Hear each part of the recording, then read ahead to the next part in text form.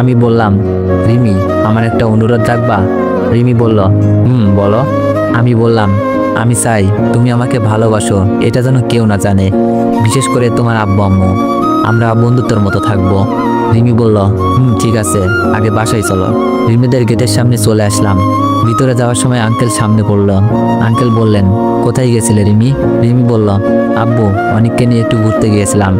Uncle বললেন, আচ্ছা ঠিক আছে, বাসায় যাও, তোমার আম্মু তোমাকে খুঁজছে। রিমি বলল, আচ্ছা আব্বু। রিমি মিথ্যাটা খুব ভালোই চালিয়ে দিল। বাসায় যাওয়ার পর আন্টি বলল, কই গেছিলে রিমি? রিমি বলল, আম্মু, অনেককে একটু ঘুরতে নিয়ে গিয়েছিলাম, আর আমার মনটাও ভালো ছিল না। আন্টি বলল, আমাকে বলে যেতে, কত চিন্তা হচ্ছিল আমার। রিমি বলল, সরি আম্মু, আর এমন হবে না। সেদিনের পর থেকে রিমির সাথে আমার বন্ধুত্বের সম্পর্ক, কিন্তু রিমি এটাকে সীমাবদ্ধ রাখছে না, বিভিন্ন সময় আবেগ দেখিয়ে ফেলে। তবে আঙ্কেল আন্টি এই ব্যাপারে কিছুই জানে না। আর আমি রিমিকে বলেছি, আমি রিমিকে তখনই ভালোবাসবো যখন আঙ্কেল আন্টি মেনে নিবে, আর প্রতিষ্ঠিত না হতে পারলে তো কোনোভাবেই মেনে নিবে না। আর আমার প্রধান লক্ষ্য হলো পাটা পুরোপুরি ভালো হয়ে যাওয়া। ভাবির সাথে মাঝে মাঝে কথা হয়। ভাবি এখনো নিজেদের বাসায় আছে। আমাদের পরিবারের লোকজন নাকি খবরও নেয়নি।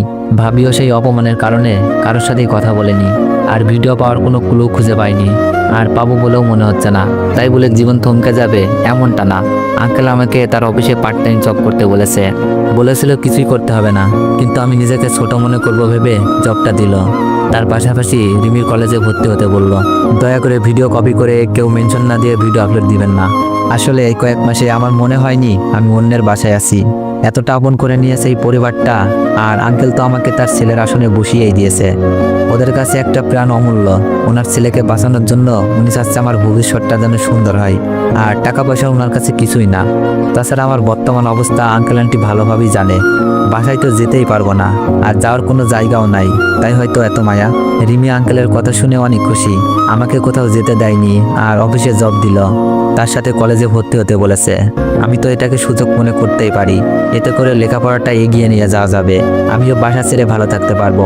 কিন্তু কলেজে ভর্তি হতে হলে পূর্বের কলেজ থেকে ছাড়পত্র আনতে হবে। তাই ছাড়পত্র আনার জন্য কলেজে যাওয়ার সিদ্ধান্ত নিলাম আজ। বাসে বসে আছি, মনে হচ্ছে বাসায় যাচ্ছি।